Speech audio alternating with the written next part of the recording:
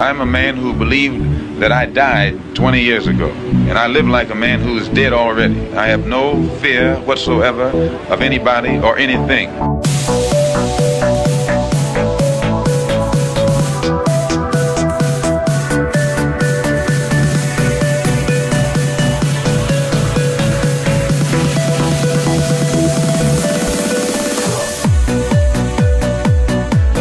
Gary Webb. I am an investigative journalist, and in 1996, I wrote a series of stories entitled Dark Alliance, which was about CIA involvement in drug trafficking.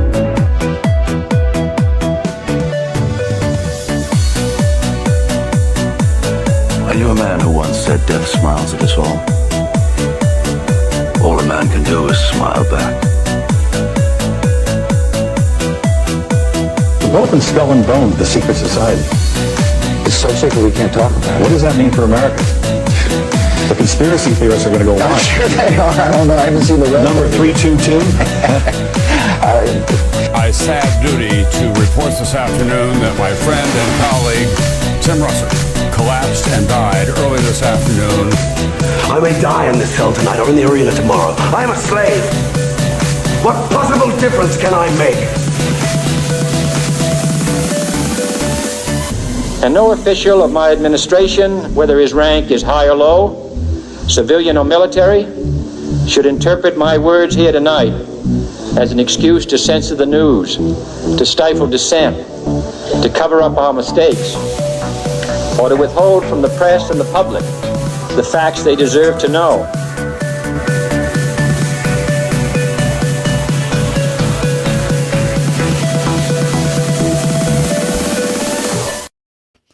What the fuck is up? Welcome to another Already Dead. I'm joined again, as always, by the co-host, Austin Picard. Our world is falling apart, yet here we are. My God. Yeah. Yeah. It's the first. I mean, really, honestly, the first thing that struck me was the ground forces invading Lebanon yesterday, right? Or basically. Yep. I had a morning stream, and it was wild. I don't know exactly what time. Obviously, I guess spoiler alert for those who aren't paying attention to world events. Iran had a rocket attack against Tel Aviv, and yeah, so that's kind of a big fucking deal. Right. I don't know if Jules, if you want to bring up that Fuentes tweet, that probably I think actually was probably one of the best quick summation analysis on it. Yeah, that would be a good one to prime people for those who have their head under a rock.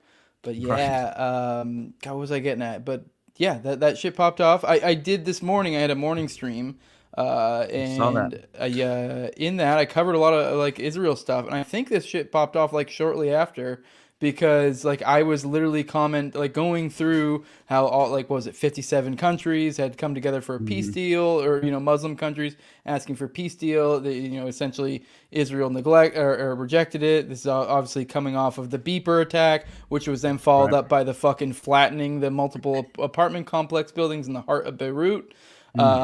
So is this the latest video that he posted? No. I believe I thought I put in the chat. Maybe I didn't. I thought I put I don't know. Nick Fuentes had one. Maybe I put that in a different, bookmarked it somewhere else or something. But he had a breakdown just kind of what happened. But I mean, we don't have to bring that up. He just gave it a little bit of a better. It's fine. I just didn't know.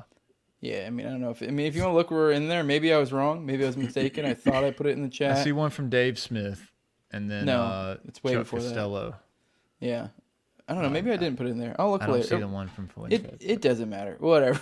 But I'm trying to find it. So no, I might be wrong. I may have put that in a bookmarked it instead of sending it to you and forgot or something. So I may just be recalling it correctly. If you want to look for it, I mean, go for it. I'm looking. It may not be in there. Y'all just do your thing and let me look for it. So what is it regarding? Austin? Oh my gosh! The only thing that would be from Fuentes, and it would be regarding this, the Iran, the Iranian attack. Yeah. Okay. So yeah, I mean, personally, man, I just understanding kind of how this all was sort of deliberately kind of, at least the framework, the stage, all of it was set prior to this even happening. I mean, they had prior knowledge these attacks were going to take place anyways. I think the Israeli Minister of Defense said just he said as much prior to the attacks taking place. I think even Daniel McAdams tweeted about it and just like mentioning it in context of like he clearly he's he's in no way in alignment with Israeli policy, but still he put it into context as basically saying, here goes Israel playing the victim again, right? And I don't really see how he's wrong there, especially considering the fact that this is clearly a reaction. I think like if you understand how the Iranian leadership have really conducted themselves, they've basically kind of really just tried not to escalate as often as possible, it seems, and only sort of react. And so to me, in many ways, it seems a lot like they're almost kind of like controlled opposition to a certain extent. I hate to put it in those terms, but it's like once you understand that, I mean, Cy Hirsch exposing how Hamas was essentially created as a tactic to divide the loyalties of the Palestinian Authority, and to me, it came conveniently during a peace negotiation, right, and during an election cycle for the PA, which they were already compromised, right, and so then you have these assassinations of the leadership of Hezbollah and Hamas, and then you have these attacks in what they claim are basically Iranian targets, Hezbollah targets, or this sort of, that's always the narrative, but in the Houthis, of course, in Yemen. So once you see Hodeidah just on fire, right, the port city in Yemen, which goes, I mean, Yemen gets so overlooked, right? Like I think that's one that we should really kind of spotlight as often as we can, because it's one of those conflicts that's out of sight, out of mind. It's such a small area in the world, and most people couldn't even tell you where it is on the map, right? And so I don't know. When you understand the history of all of this and the conflict itself, you can trace this back to what the last time that they invaded Lebanon, that they had ground troops there, was in like 2006, I believe, is when they pulled them out. And you can go back to 1982, right? Like real I quick, said in the private Jules, chat. I did want to let you know, if you check the chat, it's the most recent thing. I updated. I also, sorry, don't mean to cut you off, but I totally just realized we forgot to address. Yes, it's titled as With William Ramsey. Shit. I hadn't got a chance to change the titling. He had something come up, or actually, I don't remember the exact specifics, but he wasn't able to do it. Life happens. We'll reschedule him and have him come back on later. I rescheduled him for next week, so he's good to go for next Tuesday on the 8th. So we should be set. He sent me even a calendar, scheduling. Yeah, there you go. Back right, to where you are. But this is. Oh, I just wanted to bring this up just because I think everybody. I totally forgot. It just Iran has launched over 400 ballistic missiles at Israel in several waves. IRGC declares as a response to the assassination of Hamas leader Ismail Haniyeh, Hezbollah leader Hassan Nasrallah, and IRGC General Abbas Nilfarashan. Because, I mean, on the Iran side of things, I believe they attacked the embassy during all this too, and they've definitely done enough. They've definitely provoked the fuck out of Iran. So this isn't like all that surprising. But Right. Sorry, back to you, Austin. No, you're good, man. I just think that it's important to understand that when this happened, when they invaded Lebanon with the ground forces in '82, it led to basically an 18-year occupation, and so I just don't know how. I just don't know how successful they can really be. Other than completely just trying to escalate by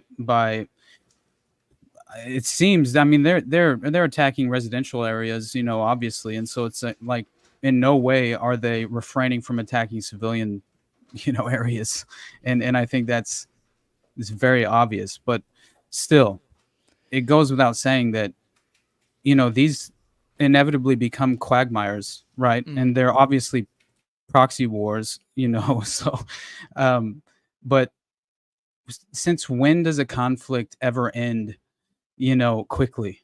That's all I'm saying. And so I'm sure this is open-ended as far as the strategic concept of what they're attempting to achieve. I'm not, other than complete and total domination of the region, and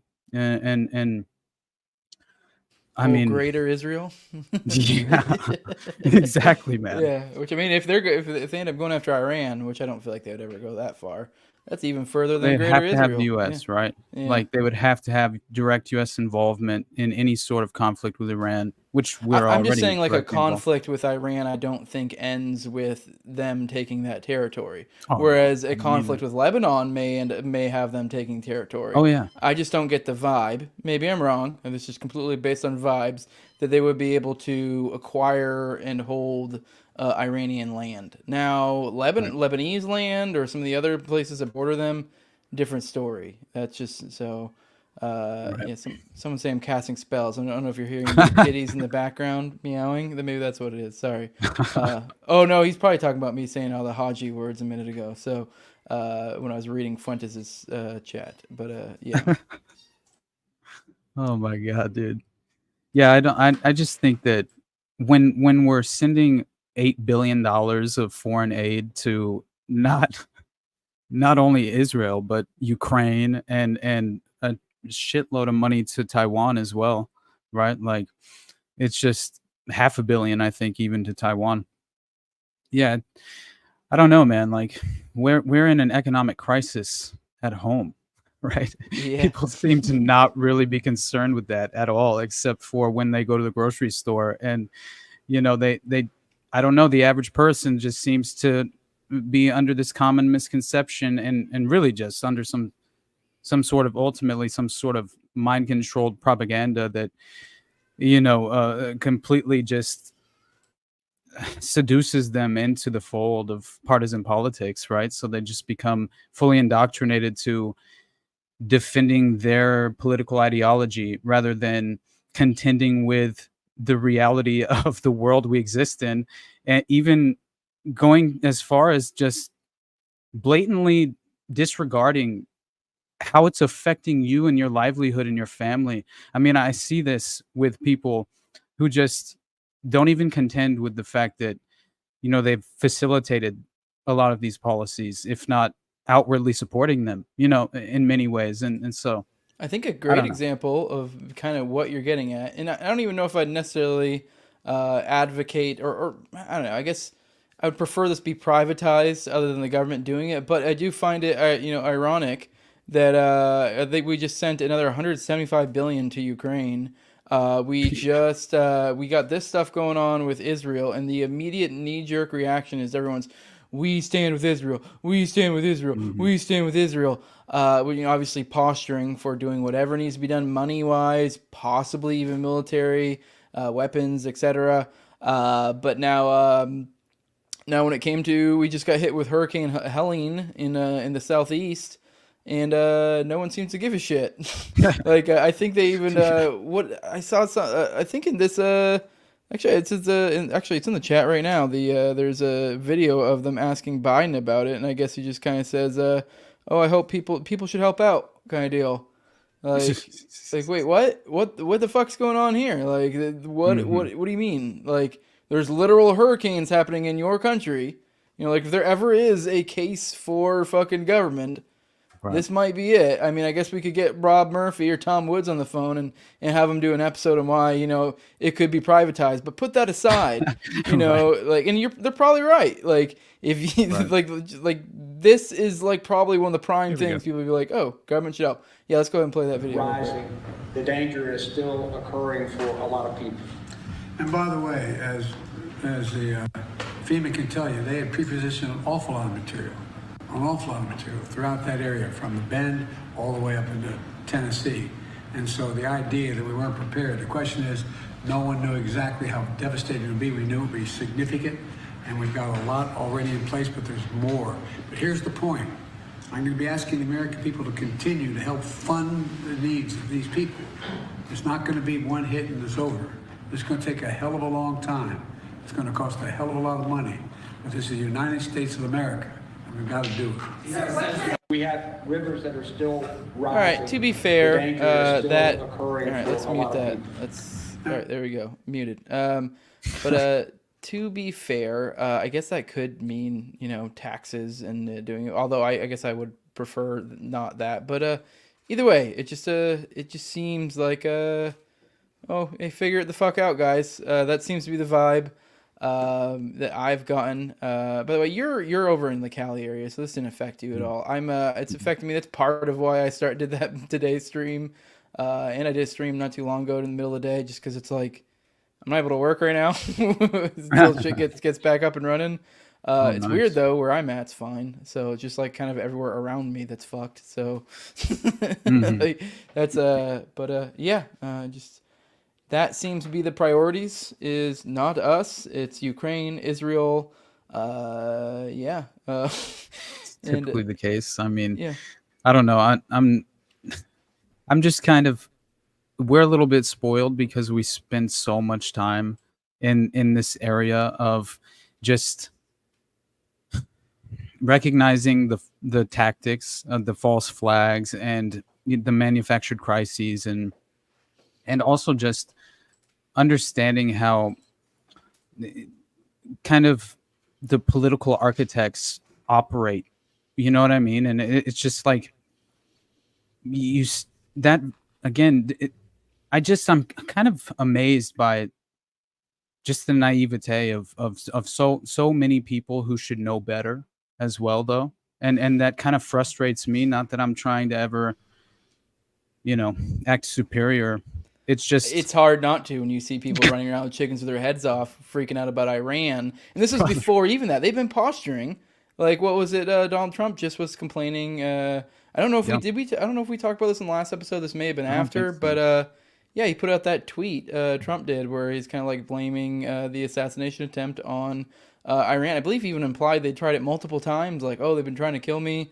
Then you had Matt Gaetz say, Matt Gaetz, claimed that he had intel. It's like, what? I can't fucking tell you. He went on Dave Smith's show, essentially saying, I can't tell you, which is kind of like, okay, fair, I get it. It's classified, but it's also like, but I don't give a shit until you can tell me, because it means nothing. Like, these are like I have solid intel, or trust me, bro. It's just not enough if you work for the government. I'm sorry, it's just not.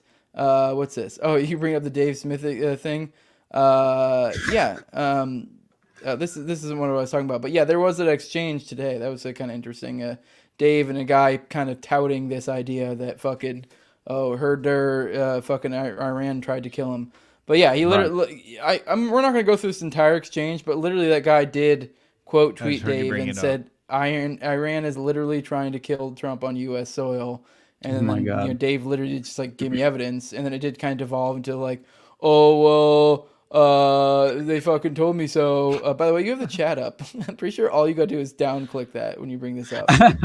You don't want to be having the chat up. Put it down. That's so funny. Oh shit, dude. But yeah, yeah. It's crazy. No, I was talking about bring the chat down, not the tweet. I was saying you had the chat in the right corner up. What chat? Oh my our god. Chat? Yeah, it's our chat. You're showing people our DMs. What I show? Did I? I mean, nothing important. It was just a StreamYard code. But I'm sorry. Oh my god, dude. I don't know. I could have sent you a dick for all we know. I mean, if that had been a Tower Gang chat, there would legitimately be times there is stuff that we do not want shared. No, it's fine. This time it's fine. I'm just saying. Okay. You need to, I'm sorry. Yeah. Just watch that. Yeah, you're gonna dox your homies or some shit, all right, cool. Sorry. No, I just where were we at? Man, I think it's actually it's kind of insane. You brought up the Trump assassinations in context with this. Which, whole by the way, I have narrative. Ken coming on Thursday, and we're gonna break all that Awesome, down. So, dude. but yeah, I'm excited for that. Yeah, but go ahead. Yeah. That'll be great because he is so deeply involved in the details, just and fully entrenched that will be very worthwhile because I would like to get an update, honestly, man, and just kind of see the current state of things. And also, I have to know what his opinions are, at least as much as he's willing to share them. But anyway, what I think is hilarious is that, like, I was kind of teetering on the edge of what I was going, like, what I think is absolutely crazy is that there was another alleged assassination attempt on Donald Trump that I was unaware of that happened in 2016. And it was at the Treasure Island Casino and Resort in Vegas. And I was entirely unaware of this until I actually went deep diving for my most recent episode, which is I was teetering on the edge basically of covering sort of this William Branham, Paul Kane. Like William Branham was basically he had all these different disciples that essentially Jim Jones and his cult ideology, Paul Schaefer with Colonia Dignidad and his cult ideology, they all stem from this William Branham discipleship and ideological framework. And it's pretty amazing, but essentially he's this deeply embedded Freemason with extreme ties to intelligence. So that's going to happen at some point. But that's not the episode that I'm doing. So the episode that I'm actually doing, it ended up being, because of course North Fox Island was on the short list, but then I kind of just went with the formula that has worked for me in the past, which is just what's naturally come up throughout the course of our conversations from just doing Already Dead and or one of our series or whatever on NWJ. And this time it was pretty much when I was prepping for the Monica interview. And I discovered that G4S Security Solutions Corporation, was Whack and Hut, right? I'm sorry, but it's just like my mind is blown at this point. Especially I'm like deep into the final chapter. I'm almost done with my solo episode, so I was hoping to have it done by today, but it was kind of impossible. So did we ever talk about on this show about the Whack and Hut to Gladio connections or I don't remember if we ever did. I can't even recall. I probably shouldn't even bring it up because I don't remember. I just remember one time being like, "Holy shit!" I don't remember where I read it. I'll have to go back and I'm like, "Look what I found." And definitely. Julian Origas. Yeah. Julian Origas is he's really a primary key to kind of connecting this sort of paramilitary, right-wing paramilitary infrastructure in like, let's say, Belgian Gladio and French Gladio. He was linking like the Order of the Solar Temple to the Belgian, Brabant gang killings. And that gets even more extraordinary because so many of these secret societies are very much dedicated to the Knights Templars, which is interesting because it at the very least seems to be very much embedded within the foundation of a lot of these, offshoots, these new founded secret society fraternal organizations that sound very similar to, a former organization, let's say. And and of course Rosicrucianism as well. But yes, it's extraordinary how many connections there are to Gladio, especially in regard to Whack and Hut, because of course they had a security contract over the Cabazon Indian Reservation, which we talked about on that episode with Monica. But anyways, the whole point though is that whenever I was researching this G4S, which was inevitably what Whack and Hut evolved into, this new security solutions company, whose headquarters is in like Jupiter, Florida or something like that. And it turns out that Omar Mateen had worked for them since 2007 up until and during, right, when he committed the shooting at the Pulse nightclub in 2016. But it gets so much more insane than that because I was not aware of really these just kind of like these connections that you would never imagine were possible when it comes to Omar Mateen's father. And all you fucking feel are direct parallels to the Boston Marathon bombing. And then also you start to put into context the timing of all of these events that occurred in 2016, 2017. And it really starts to make a lot more sense when you've kind of been entrenched in the details. And so Noor Salman was basically she was Omar Mateen's second wife and widow, right? Who, not the one who came out and made the false allegations that he was gay, right?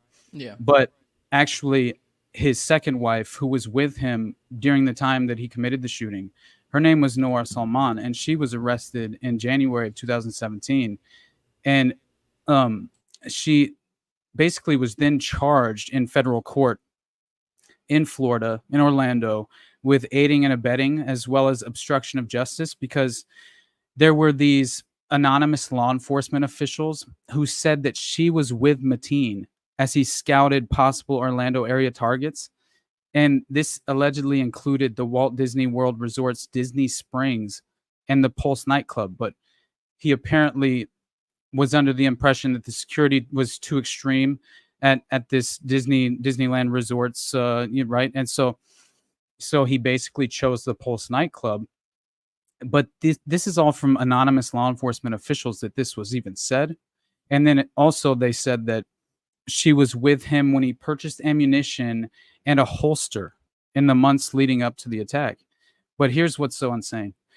Because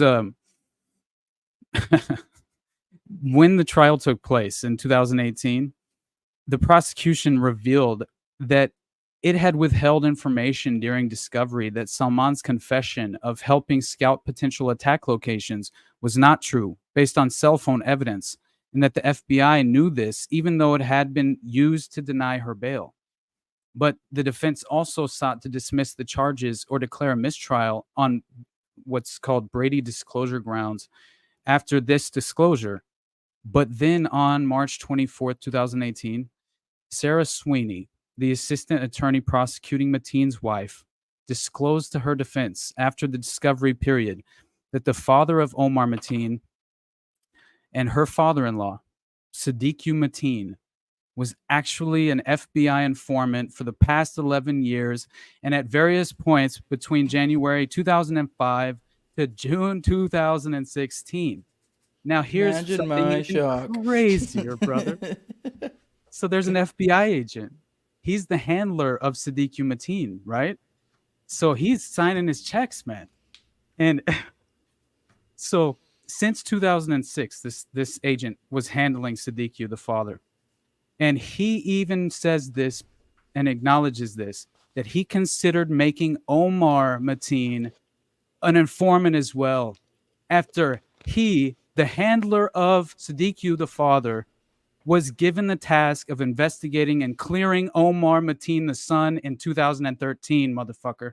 It's like the craziest thing. And it gets even more extraordinary because he's spotted 2 months later inexplicably attending a Hillary Clinton campaign rally. And he's positioned right behind her in the camera, holding a sign of support, and then gives a fucking news interview afterward in support of Hillary Clinton.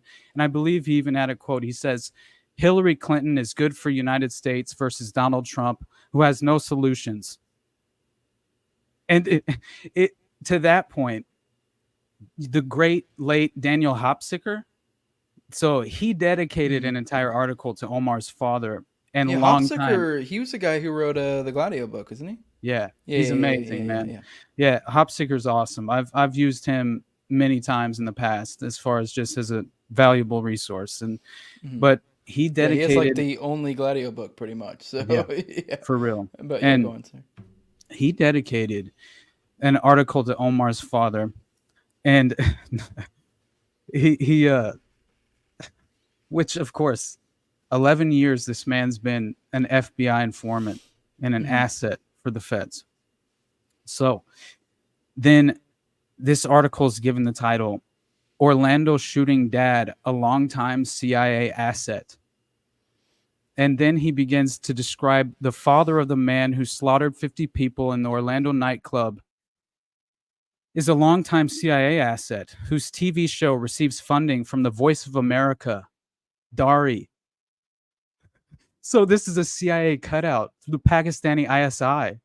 This is well known at this point. And I believe Voice of America was Tucker Carlson's dad.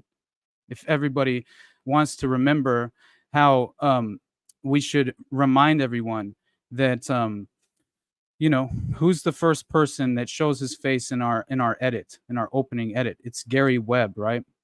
Isn't it? And all I know is that I will never in my life forgive Tucker Carlson for running interference for the CIA by writing a smear piece, on Gary Webb, and it was in the 90s, man, right? Yeah. And it was for Bill Kristol's Weekly Standard of all publications. It's right? hard to not believe that he may still be allegiant to some faction, and it's hard at the same time to also believe it because it's like he's been so pretty fucking good. But it's like it is his past, and I know there is some things like what you're mentioning now where it's like, yo. Although to be fair, he has said in more modern interviews where he said things like, I kind of admitted wrongs in the past. I don't know if he's ever specifically said that. He's even admitted to being the one who's cheered on the awful things in the past and kind of bought the narrative. So to some extent, it's like I guess you got to be willing to accept change, but it's like, dude's dad is a CIA agent, so it's like I don't know, that fucking already, I mean, yeah, you can't pick your dad, but it's like, I don't know, that's a weird fucking coinky dink. I mean, I guess, yeah, sure, CIA dads have kids end up being journalists is not that crazy, but I don't know, it just is weird to me. I've been reading up on the ARA right now. God, which book is it? The Ham book? I forget. I can't remember. Was it a Bad Company? And it is crazy going into somebody's background, like Kevin Langan, and it's how much that dude glue, and it is just and I don't know, maybe that means nothing, but it's you're it's so bright that you're this is weird.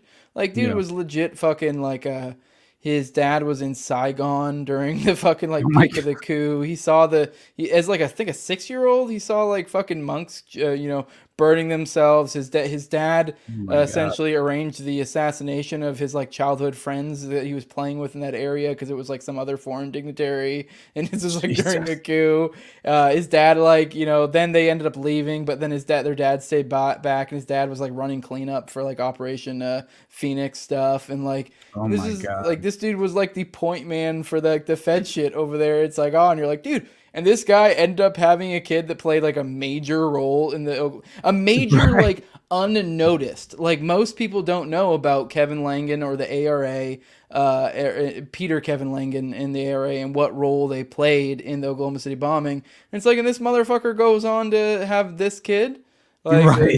Peter's dad has this kid that plays a pivotal role in the Oklahoma City bombing. This is one of the only people alive who probably knows who John Doe 2 is, and he is a she in prison somewhere now. So that's so insane, which is man. in a supermax bullshit. So that is absolutely insane.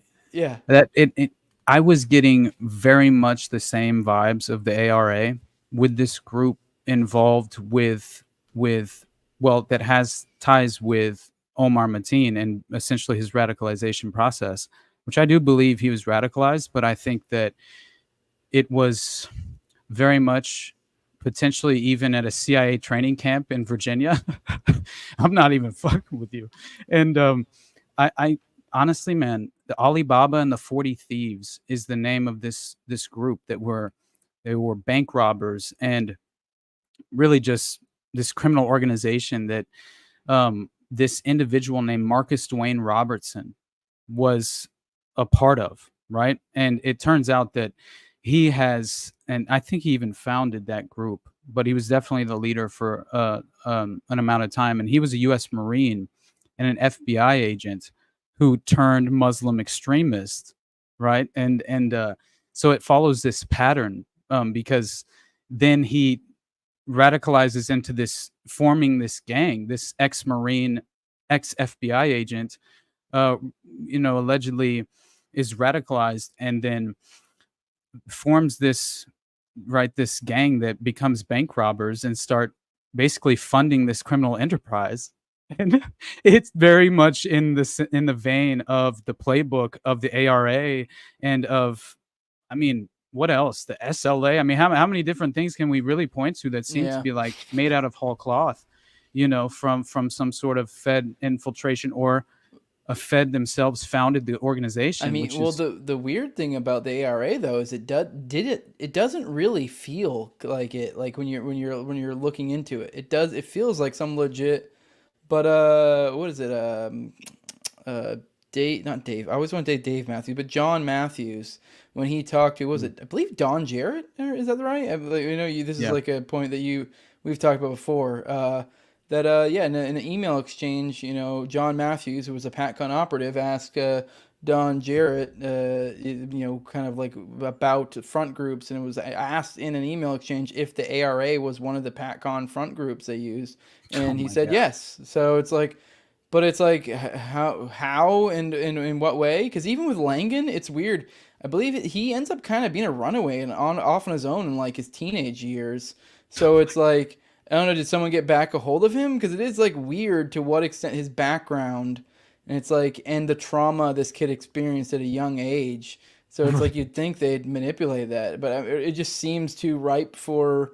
But it's like you never really see where someone jumps in. Although there is that parallel of prison. He spent quite a bit of time in prison as a minor in an extremely crowded prison that was like insanely overcrowded.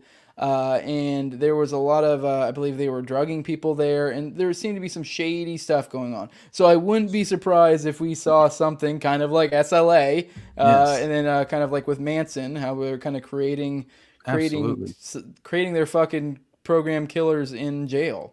So maybe there's something to that. I didn't even think about that, but yeah, it is. I 100% believe that the same facility that Manson attended for a time was where Cinque de Freeze was. Which, come on, man, and it's when they were legitimately running mind control operations at that facility. It was technically a psychiatric facility, but it was a federal. I'm trying to remember the technical term for the correction facility that it was, but either way, you had the California State of Corrections that were just so deeply embedded with allowing this operation to run, basically just, there was no sort of oversight in any way. They were allowing this to just take place with no accountability in the prisons, and they were, of course, state-run prisons, you know what I'm saying? And but what's interesting is that this was so insane to me is that Omar Mateen, the allegedly, right, I listened to all the 911 calls, right? And I edited them. I kind of edited up the just the calls from the hostage negotiator and the because they were consistently calling him and he would just hang up on the third ring or whatever. But he did initially call and say, I'm the shooter, right? I did the shooting. And then the lady's like, what? It's so funny. It's so weird. But anyway, I'm listening to it. And the whole time I'm just like, I was kind of blown away because we really all need to just be very careful and remind ourselves, this kind of cartoonish version of evil that we like to create in our minds a lot of the time, it kind of disregards the unfortunate reality of the fact that, many people would be very shocked at what they're capable of in the right circumstances. That's all I'm saying. And I am not at all justifying anything, right? I'm just saying that, man, it humanized it, man. You know what I mean? It really did in a lot of ways. And it was very interesting to hear him. But yeah, in no way was it in question what his motivation was. You know what I'm saying? And so I find that so important, but also that he was even this ex-Marine, ex-FBI agent, Marcus Dwayne Robertson, who founded this radical group organization, Alibaba and the 40 Thieves. He was also an Orlando-based radical Muslim who once served as a bodyguard to Omar Abdel Rahman, the notorious blind sheik, prosecuted for the 1993 World Trade Center false fucking flag, which it's just to be clear, Mateen, his thing was that it was for, I believe, Palestine or kind of his Muslim brothers or something along those lines. He pledged his allegiance to al-Baghdadi, you know, and then he says that he is calling me Mujahideen, call me the war soldier of God, and he says you know, he pledges his loyalty to the Islamic State, and he legitimately even has a name of an individual who had been targeted and killed, and just like not too long prior in Iraq. He was actually some sort of military commander in ISIS at the time, and in Anbar, I believe is where it was. But either way, it's very interesting because it's very clear that he was for sure radicalized in this way, you know, and I think that it's just, we can't, for the mainstream, and if you remember, this was the height of an election year, right? Like 2016 election season, you know what I'm saying? Like, and so I just think that in no way was the timing of it, especially when in reference to this these two alternative stories that seem to implicate that there was some sort of network at play to inevitably target these what they like to say are LGBTQ events or whatever. And but in reality, when you dig deep for any, just even scratch the surface, and you stumble upon this extraordinary claim that was basically intentionally covered up instantly in regard to this individual named James Wesley Howell, who, this is where I found out about the individual named Michael Sanford, who allegedly,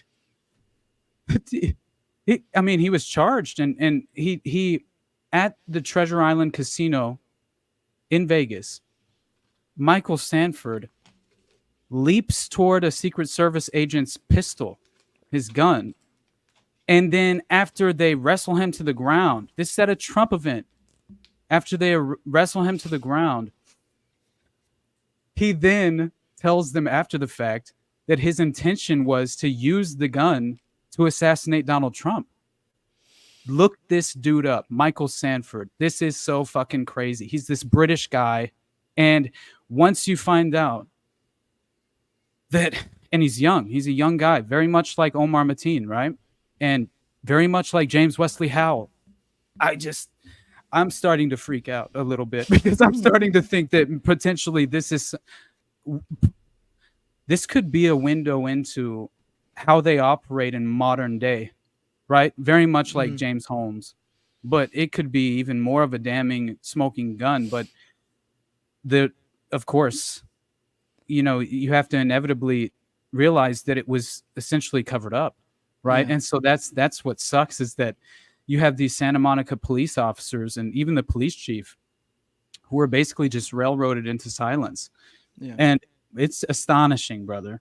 But anyway, we can talk about it whatever you want, because I don't want to. We should switch gears and start interacting with the audience. This is the second half of the show. I do want to take a moment to holler at the homie Nadeau Shave Co. and let you know today's episode is brought to you by them. If you're tired of that razor burn, the irritation of ingrown hairs, caused by those multi-blade nonsense, then Big Shave, or these are the guys for you. Big shave's been psyop on the American people. Go back to traditional shave. You don't need that expensive nonsense. This is high quality stuff. You can shave just like your grandpa used to. It's a slick looking twist open design. It makes it changing the blade simple and safe. Whether you're shaving your entire face or just edging up your beard, the single blades provide a barber grade shave for a fraction of the price. The standard issue includes one traditional safety razor and a box of 100 stainless steel razor blades. That's supposed to be, that's $75. That's supposed to last you for the entire year. Let's be real. It's going to last you a lot longer unless you're shaving on the regular. And if you're shaving on the regular, you may want to consider the Quarter Shave Club. That puts you about 25 cents per replacement blade. You also is selling shave lather, shave soap. It's good stuff. I've used it. There's a 3-in-1 and there's like a shave soap. I highly recommend both of them. I dig them.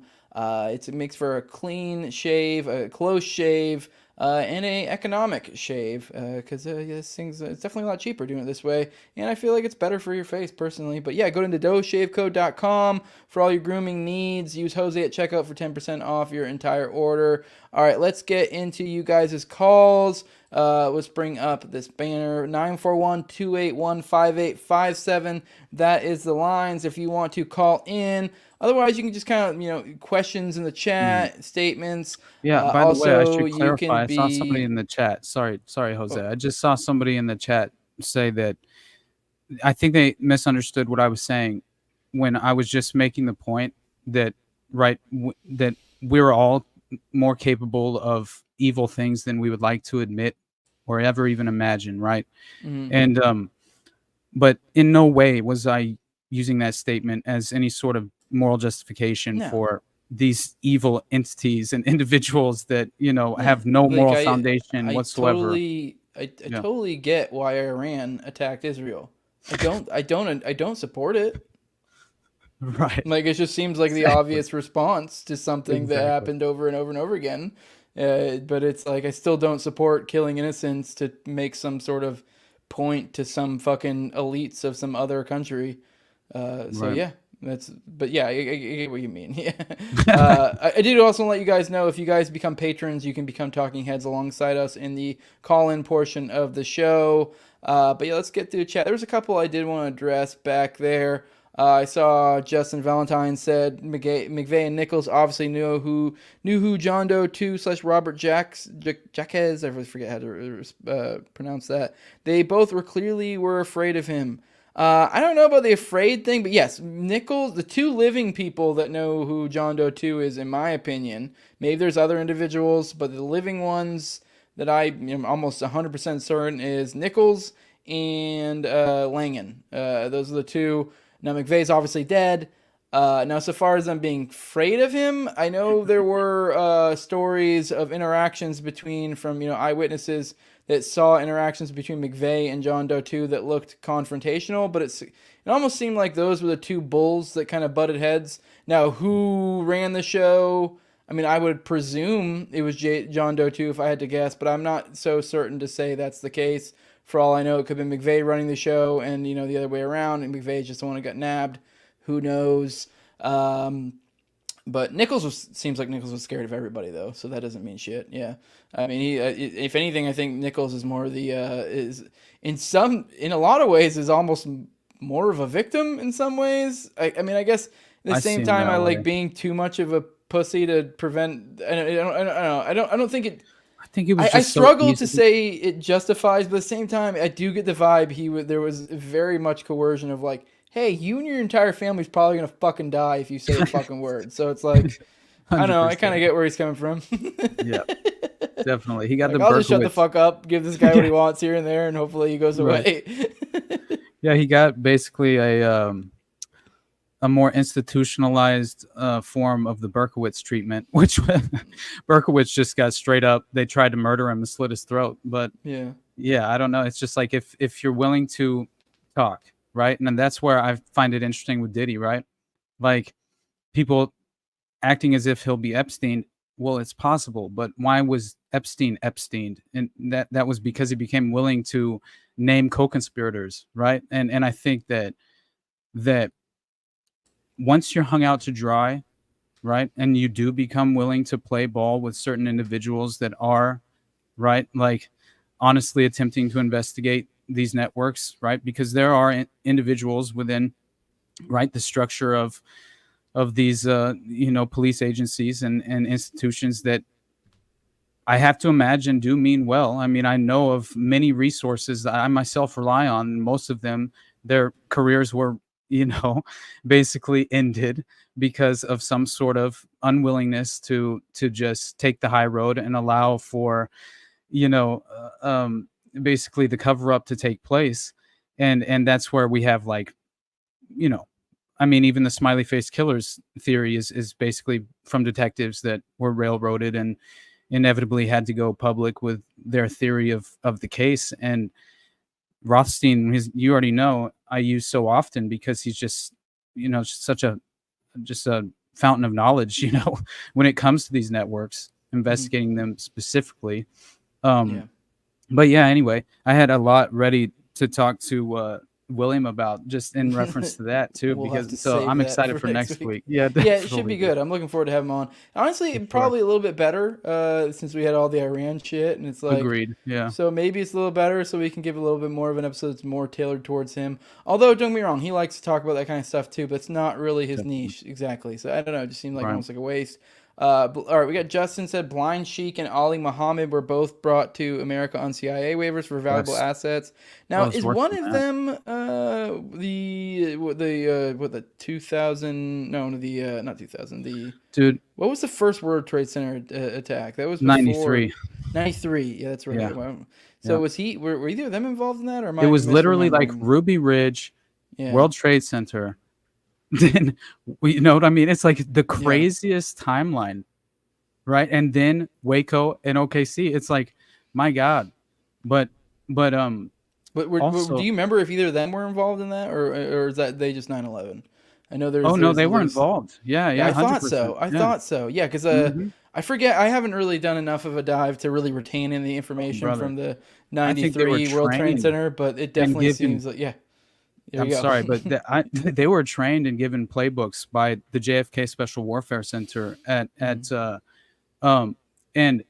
I think that Major Gregory Cease, who was the school's Directorate of Training and Doctrine, dude, this guy, well, he happens to he wrote the preface. All right, he wrote the preface to Mind War. All right, Michael Aquino's book. So when you get into the reality of how these individuals kind of operate, and also really the kind of the justifiable terms of really their mission ultimately, you start to grow much more concerned and also begin to question what is even possible in this reality and paradigm that we exist in, because they're very notable as far as what you have to realize is that the Blind Sheik and this El Sayed Nosair, he was the individual who basically is this World Trade Center bombing and also this murder of Rabbi Meir Kahane, which kind of goes very unacknowledged in context with the World Trade Center attack, the original false flag bombing. And so what's interesting is that El Sayed Nosair, one of the Blind Sheik's men, he was arrested for the murder in 91 of Rabbi Meir Kahane. And dozens of Arabic bomb-making manuals and documents related to terrorist plots were found in Nosair's New Jersey apartment, with manuals from the U.S. Army John F. Kennedy Special Warfare Center and School, known as SWICS, at Fort Bragg, North Carolina, along with secret memos linked to the Joint Chiefs of Staff. And 1,440 rounds of ammunition were also found in his apartment. I think that once you kind of pair that with Gregory Cease and his kind of connection to the Mind War and Michael Aquino and Paul Villeli, who's also a colonel, who I believe he co-wrote. He was the commander of the 7th PSYOP group and he's the one who asked Michael Aquino who was allegedly he was the team leader of the PSYOP research and analysis. And he was asked to draft a paper that would encourage future thought within the PSYOP community. And that's what Mind War was. And so when you read that, it was sent to like all these different governmental offices, agencies, commands, and then of course Mockingbird media publications who were involved or interested in the Mind War PSYOP. So I don't know. And when you begin to realize that there's basically this kind of this just very obvious framework for executing this social engineering and psychological control, and it's been conducted for generations and in similar lanes for generations too. Because as we were talking about this, it made me think of, and I want to say this was kind of came up. I don't have any solid like examples or sources or specifics on this. I want to say it came up in the book I'm reading with on Dulles right now, and I vaguely recall a while back them talking about during like the civil rights movement and how the Muslims were like a big part of that. They like that was like the was it the Muslim Brotherhood or whatever, or known what was the X a part of? That wasn't the Muslim Brotherhood, was it? I mean, but I think the Muslim so, actually.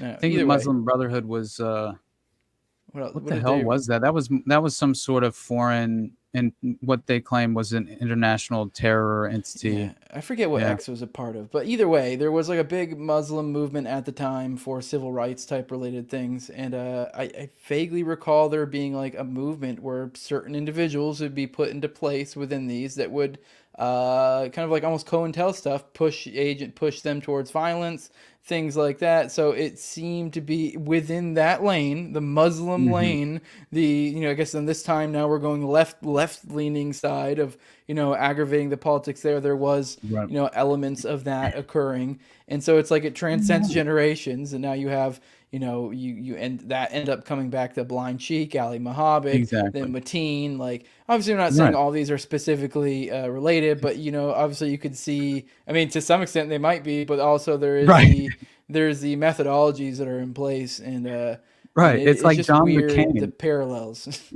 Going to give speeches in front of the Mujahideen Khalq. I think that was an entity that was at least in proximity to the Muslim Brotherhood, if not considered to be kind of, a sort of part of it. But I can't remember now. I feel like at one point I knew what that was with detail. But anyway, it doesn't really matter. I just think that once you kind of realize that, no, it doesn't just stop with the Brabant Gang and the Westland New Post and Belgium Gladio, right? It's like they're not going to stop with neo-Nazi paramilitary groups, utilizing them to their own benefit, if not creating them through some intelligence network from some individual that's most likely embedded within the secret societies of, which is very much who Julian Origas was, who is my direct tie to Belgian Gladio and French Gladio and the Order of the Solar Temple. And so Vanden Baynants, all these aristocratic individuals in very high positions of power within Belgian society, just entirely involved directly, not just implicated, not just, through, a number of individuals that they're connected to. No, directly involved with these radical groups that were inevitably tied to intelligence and utilized to stage domestic operations and destabilize the nation. And I mean, that's been the playbook, right?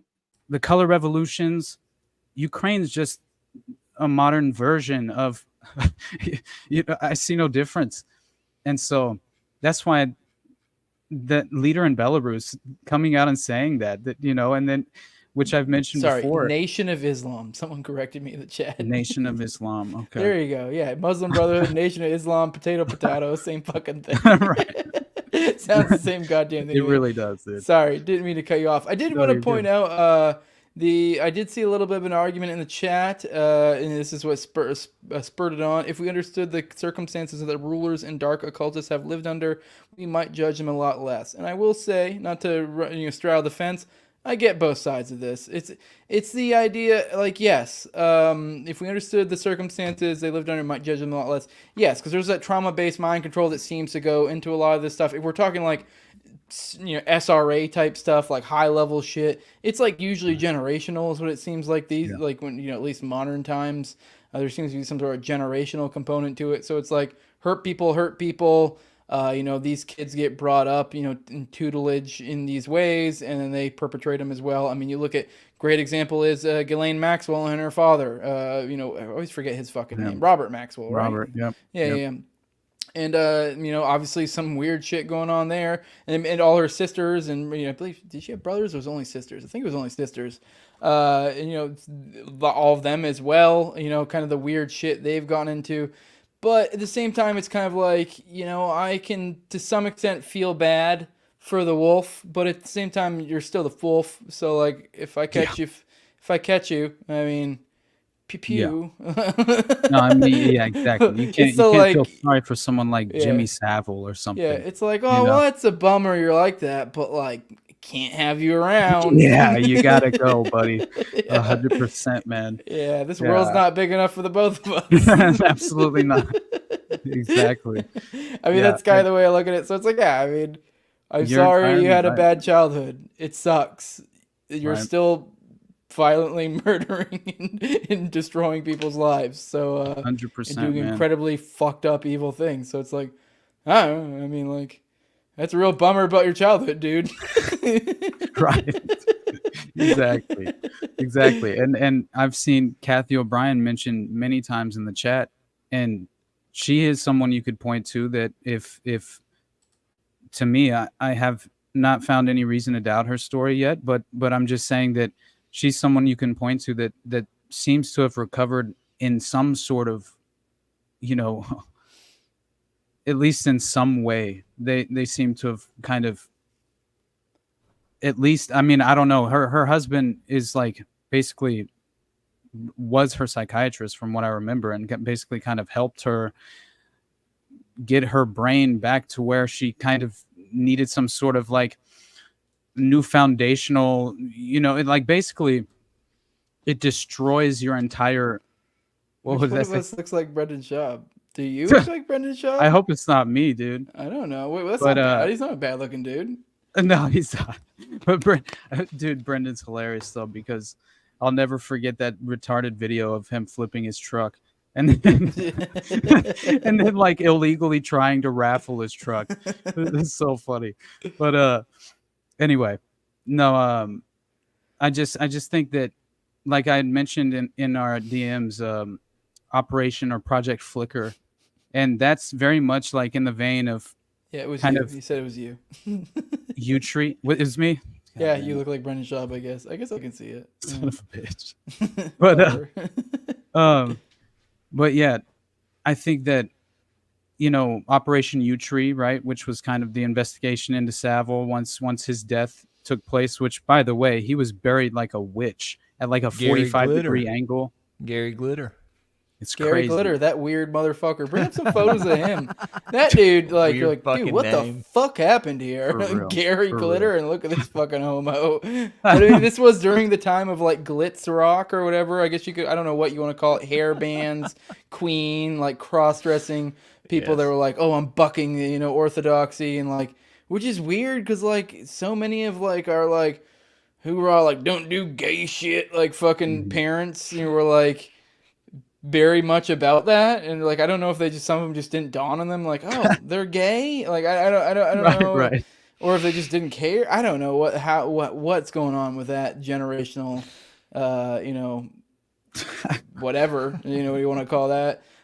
Did they just really not see the signs? No shit.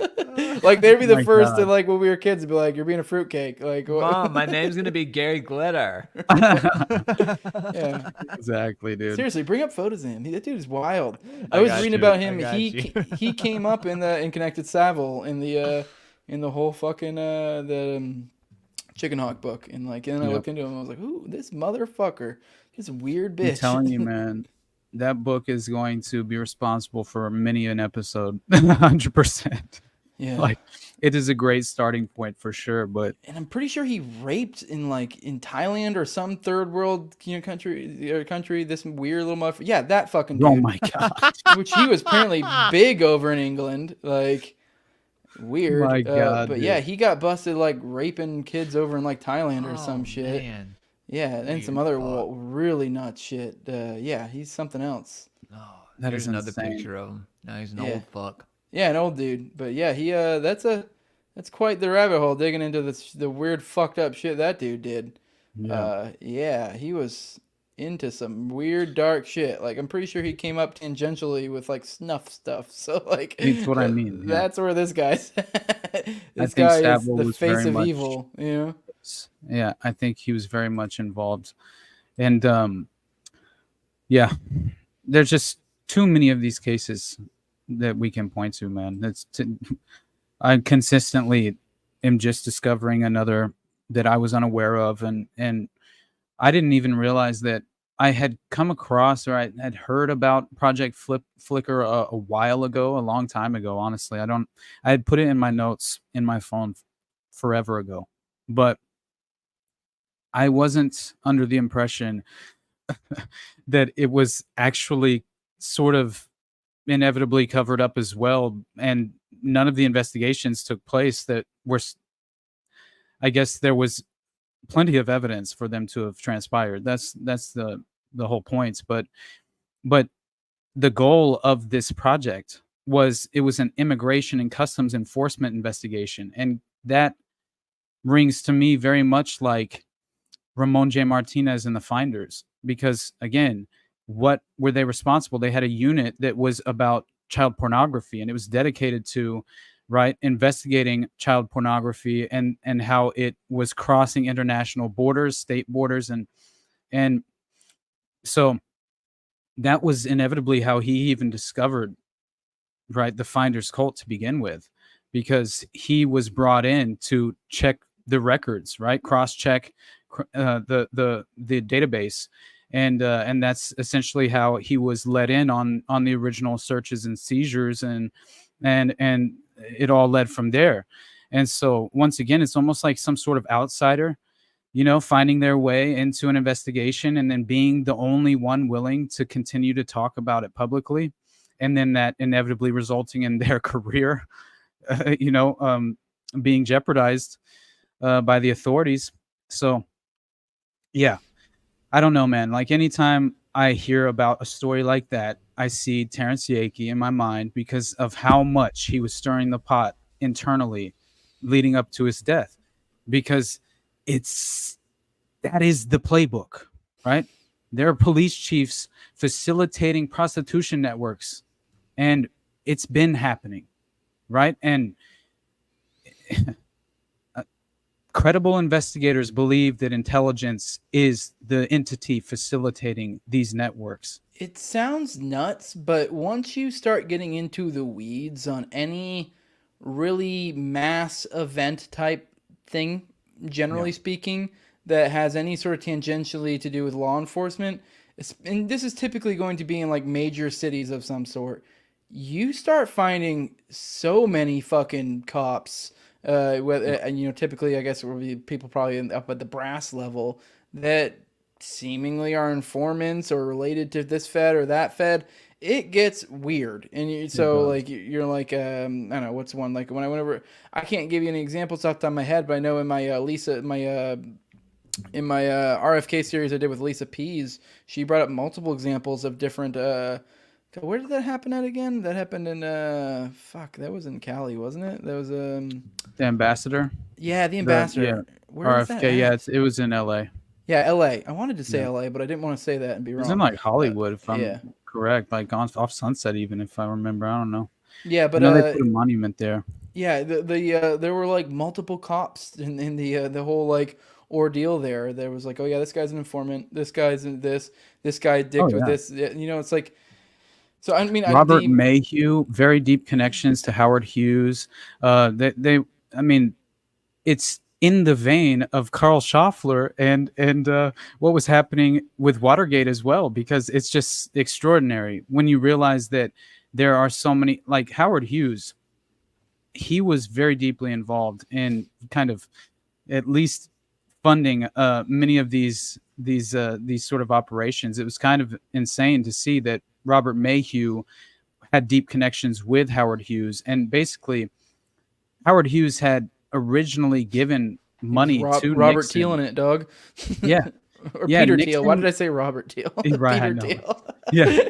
But Nixon came under fire at one point because his brother it went public that his brother received like this lump sum of money from Howard Hughes, right? And it was clearly a bribe. And so it was very interesting, but especially in context to how I believe that Howard Hughes had some sort of connection in with Watergate as well, because I think Mullen and company, maybe Mayhew himself also is connected, and I've heard many different reports of that. But I'll have to iron that out at some point, because it wouldn't surprise me at all, especially considering that the Cuban intelligence records that allegedly Howard Hunt had gotten his hands on, they had all the individuals involved and responsible on the ground operation for the kill squads involved in JFK's assassination. So at this point in 74, right? I mean, like, what I think is insane is that basically by this time you already had RFK die as well.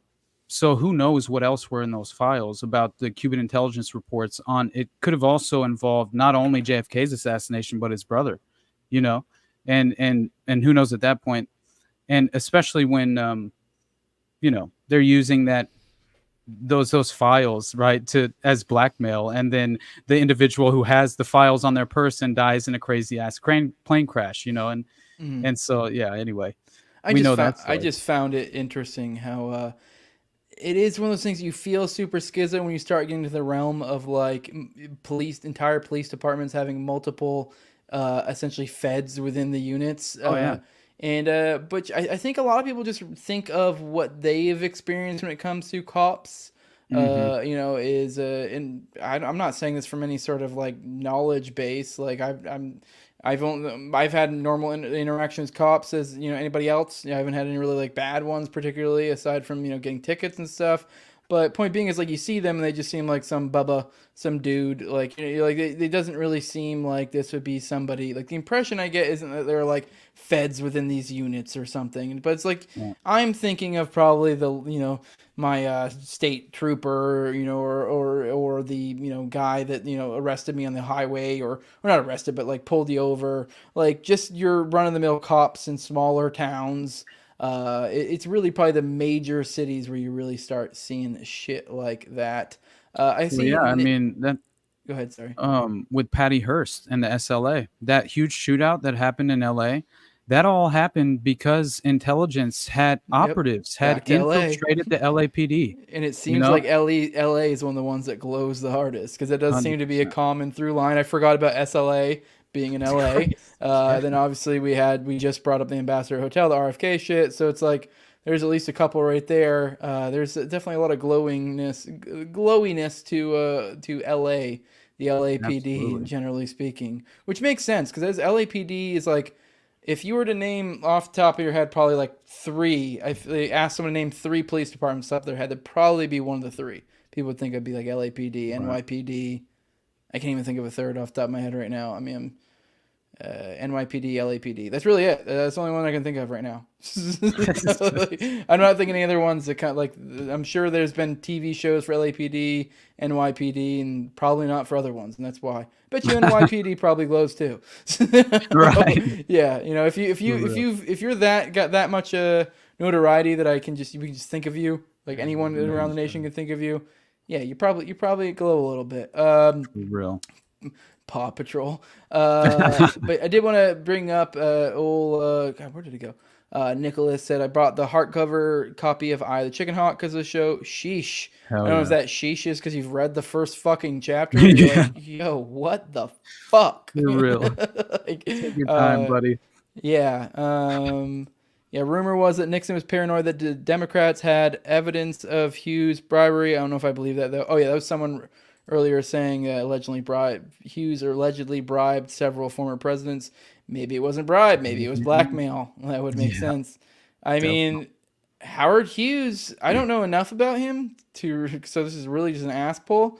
But I know he was known for being like kind of like a cosmopolitan bachelor, kind of deal, like, Right. like kind of a, almost like an Elon Musk type figure.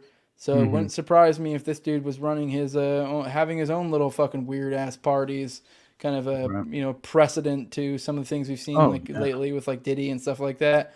I wouldn't be surprised if people were going on Howard Hughes' yachts or to his mansions and just fucking like, you don't like get doing it weird that, shit, Yeah.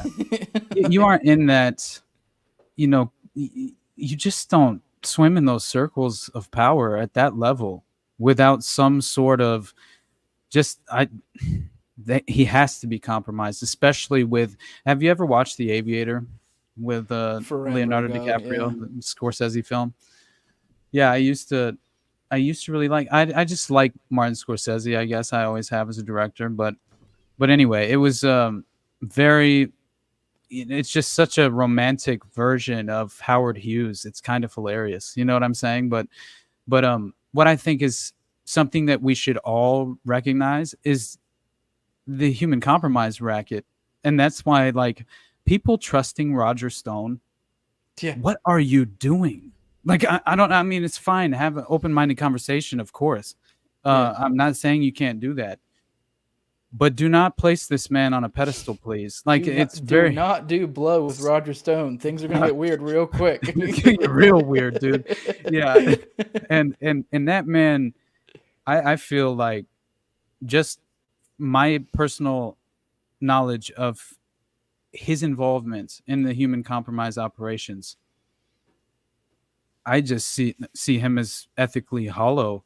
I see no morality involved with individuals like that. I don't know whether it is some sort of system of compartmentalization, but I don't see that in someone like Roger Stone. And so I just would like to warn everyone, because if you look into the Elliot Spitzer case at all, and the Emperor's Club prostitution real scandal. Quick, 1 second. I did want to address. I saw Emily in the chat saying, "Isn't calls for the paying people?" No. The calls, like the calling it. There we go. I got a call right now. You riff for a second. Continue what you were saying. I'm going to set up the call. All right. Sounds good.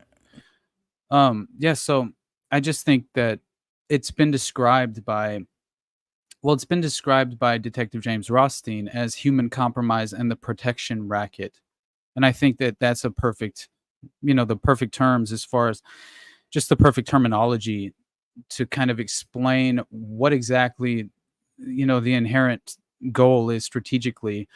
And so really, I think it's important that Elliot Spitzer, he was there, and there was this prostitution scandal, the Emperor's Club prostitution scandal, and it broke in 2008 in like March. And basically Jim Rothstein, right, as a cop, took on these organized pedophile rings, and essentially, Spitzer was really the perfect example of this human compromise operation, and really it becomes like deja vu, right?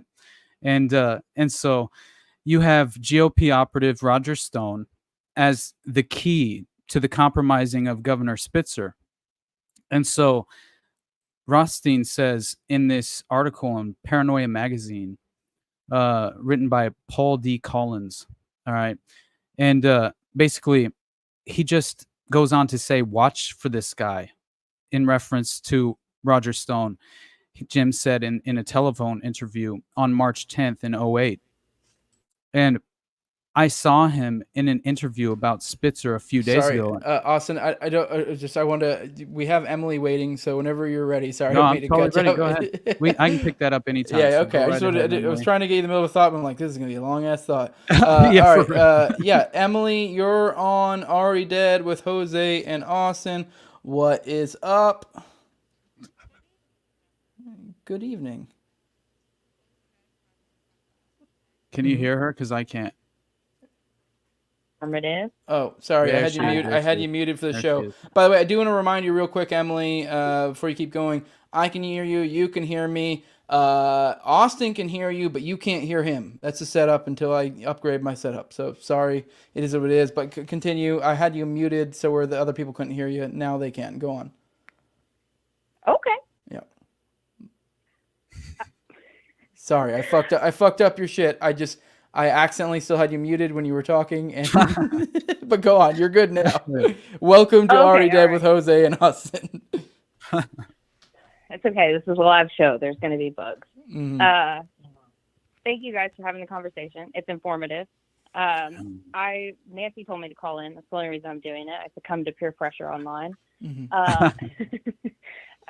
My only 2 cents to chime in on this whole conversation is the trauma-based programming, and having empathy for those people if they choose to live out their trauma.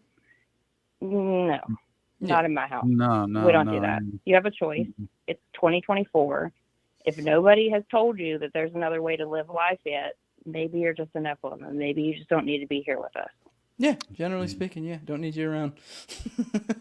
I Yeah. guess Totally my agree. empathy goes so far as empathy I feel for the wolf that's trying to eat my flock or something. It's like, yeah, it sucks you have this Yeah. compulsion, but I don't really give a shit. This is what's going on, you know? Right. Yeah. Right. Yes. There's other vermin you can go get. You're not getting my fucking sheep. Get out of here. Yeah, that's the only thing. And Austin mentioned Kathy O'Brien. If nobody has watched any of her stuff or listened to any of her speeches or read any of her books, go look her up. Do yourself a favor. Project Monarch. All the techniques and methods that she suggests are a net positive for any human being to do. You don't have to be a traumatized train wreck to use this stuff. You could just be a normal Joe Schmo who wants to get his shit together a little bit better. Use those methods, and it'll work itself out. Oh yeah. Yeah, agreed. To be fair, I've never really looked into the specifics of Kathy, but I know she was a Project Monarch broad. It seems pretty legit to me. I do want to cover Monarch on the show sometime. So anyone out there, I'm going to put this out into the universe. Anyone's got knowledge on Monarch, wants to come on the show, holler. Hi, hey, what's up? Oh, you a deep Project Monarch person? I'm not a Project Monarch person, but I am a human who survived. We'll call it SRA, so nobody gets yeeted from YouTube channels. But there is a man spending the rest of his natural life in prison for what he did to me and my siblings as children. Jeez. So I do understand on firsthand player one level what it's like. Yeah. And what it does to the human being and your psyche and everything else moving forward. But that's why I give those people no quarter. You have a choice. Anderson Cooper, at one point in his life, had a choice to not kneel in a fucking ditch for Weather Channel coverage, for example, right? He could have chose not to do that. Yeah. But he did, along with all of the other negative choices he's made. One other tie-in on that, I guess, would be Chester Bedingfield. Go back and listen. Listen to Linkin Park with your good ears. Listen to the lyrics. Hear what that man was saying with your 2024 ears, eyes, and brain. Yeah. You're not wrong. By the way, I would be totally open to, that is a kind of a harsh topic, though. So it's one of those things to ask someone who's actually been a victim of it. That's one thing, but I'm open to it. So if that's something you want to do, hit me up, DM me. But yeah, I'm open to it. I don't know, I guess specifically when we say A or SRA, with the S specifically, legit S, this was satanic shit. Obviously, you can say something satanic in the sense that it's bad, but no, this was weird fucking ritualistic nonsense. Yeah, for the most part, yes. It's Okay. not like All the right. dude was in an order. It's not like he had buddies. It's not like he was part of an organization. He's just a fucking Reddit bro before Reddit bros existed. Huh. He was exposed to things as a child. And then also was alive when the internet came to be, was interested in the occult shit, found something weird, already had the demon in him, and let the voices win. Huh. Okay. So maybe not what someone would typically think of SRA, but he was trying to figure out on his own. He was freelancing it, I guess, is what it sounds like. So that's the impression I'm getting. Try not to it dig was too more deep of, because like, it is a the weird. cosplaying of yeah. being a Satanist rather than like actually being part of the Church of Satan and all the other stuff. Okay. Well. Yeah, it's just like general weirdo shit. But All right. Well, not to be a dick, but maybe not an episode then, because that's just you. That's just you trauma maybe dumping. Right. Yeah. But no, I'll message you and we'll plan a chit chat because, like, you know. Yeah. I do Nephilim Murder Crew, and that's, you know, its own thing. But also, I don't know. I think like more people need to understand like how dark and funky this is. Like we've given these people quarter for too long. We've accepted it for too long. We've not said anything for too long. And if we continue to not do this, our kids, our babies, our children will have to deal with this. Mm-hmm. Not ours specifically, because we have them in towers and shit.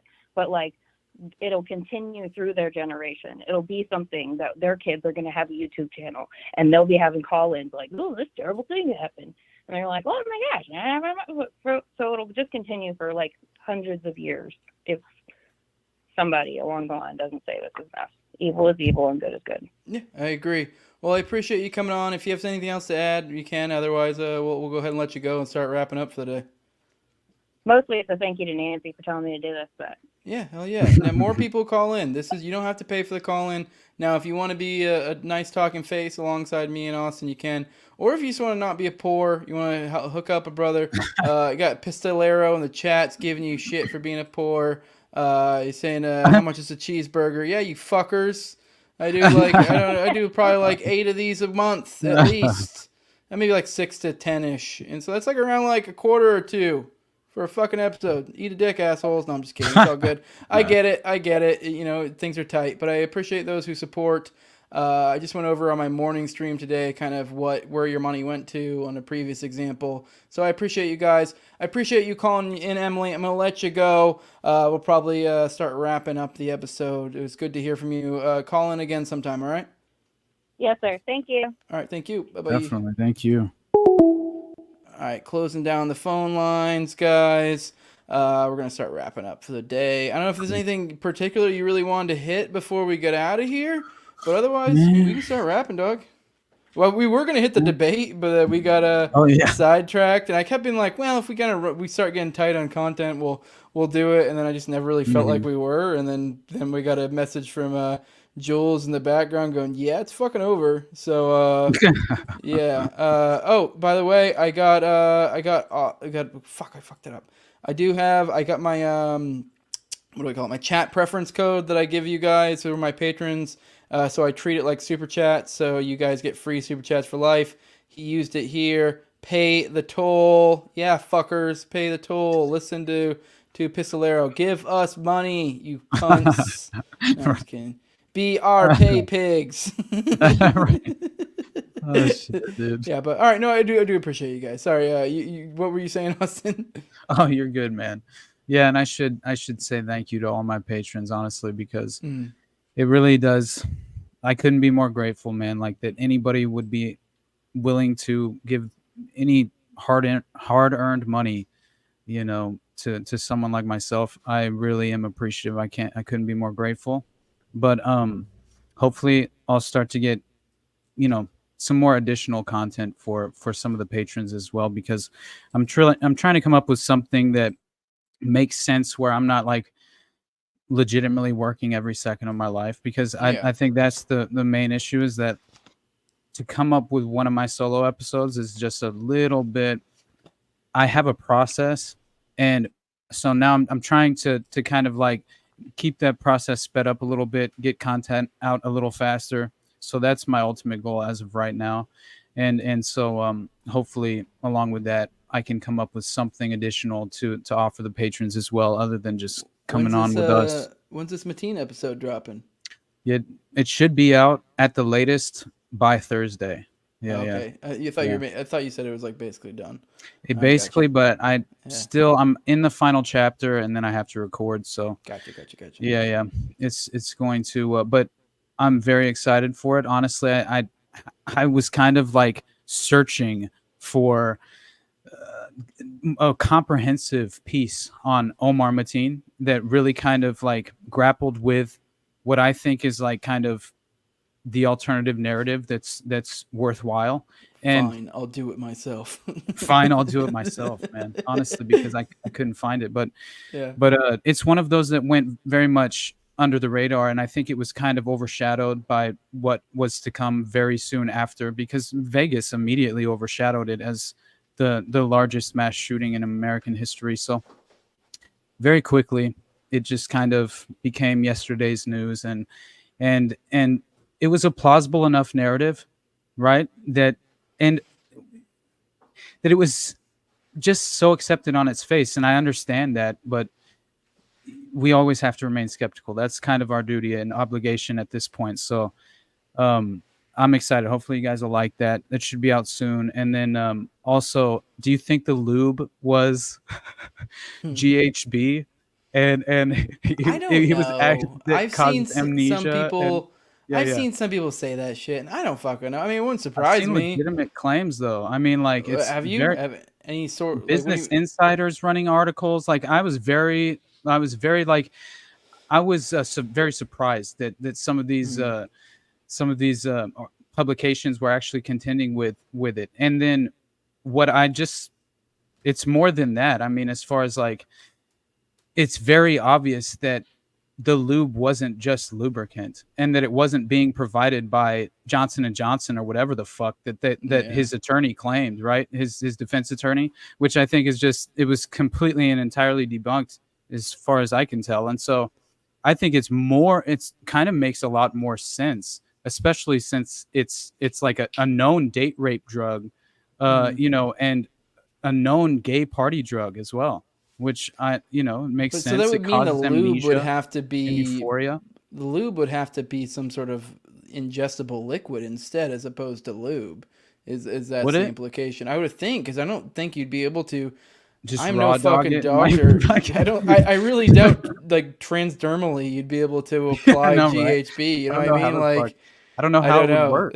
But I don't know how that would work. I mean, I'm sure maybe there's some like amount that you could. I don't know. Is that more dangerous to just be willy nilly fucking rubbing GHB all over your body? How do you control the dosage at that point? Are you killing it could totally be bullshit. I don't know. But it could be a liquid that people are ingesting, because I don't understand how if it's a lube, like maybe it is bottles of drugs.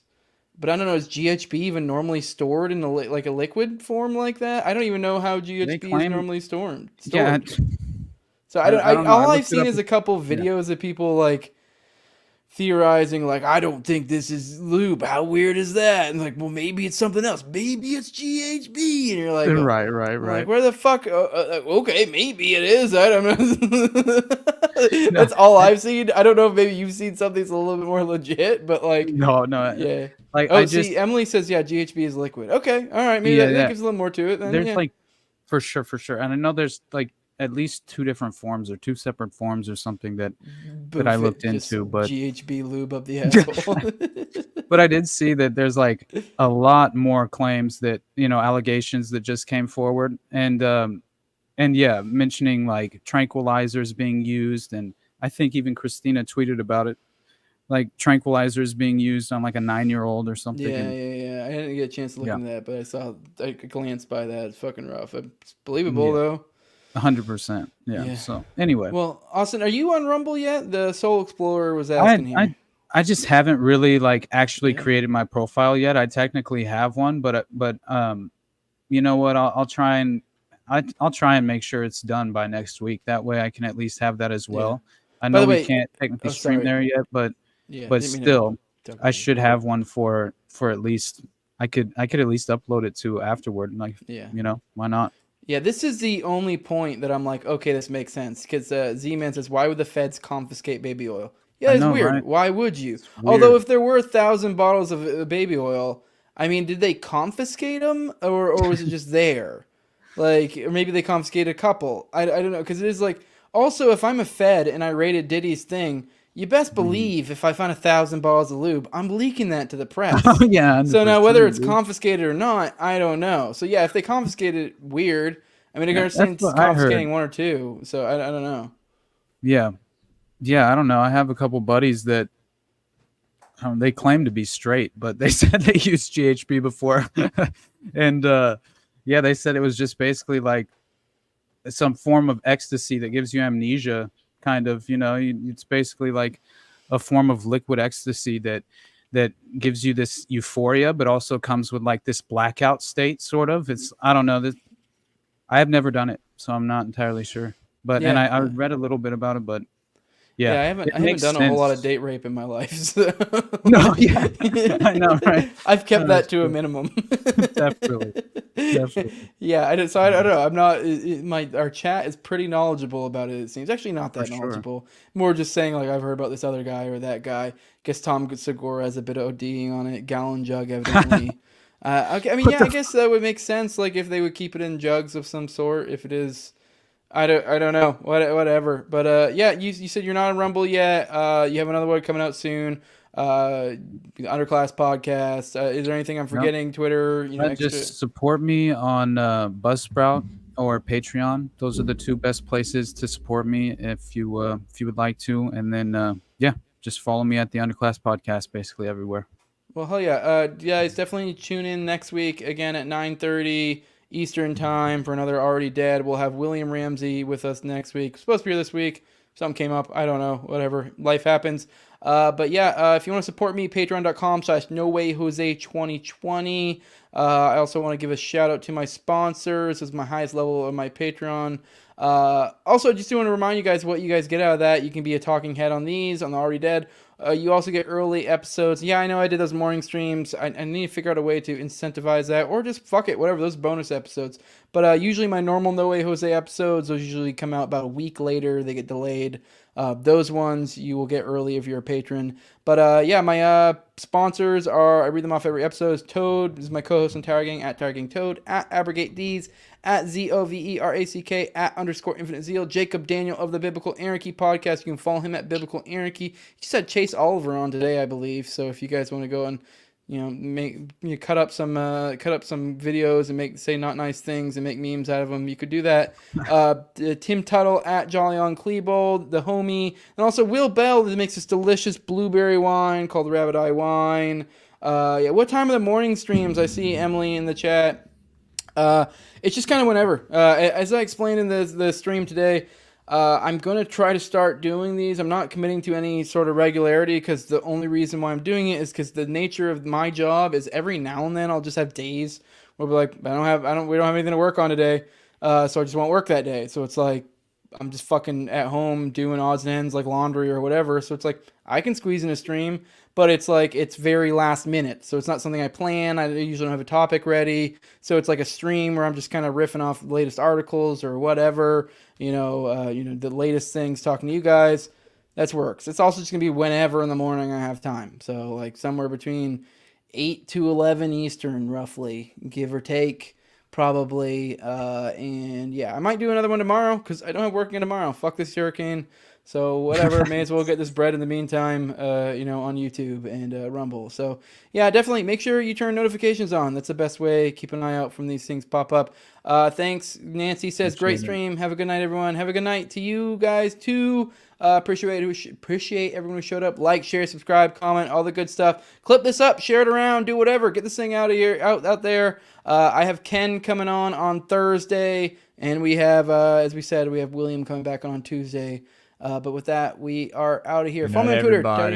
Good night. Oh yeah, Jules just dropped a stream. I haven't had a chance to check it out yet. I think it's his old lady on it. So yeah, there you go. Yeah. Great little podcast. There you go. All right, we're out. Later.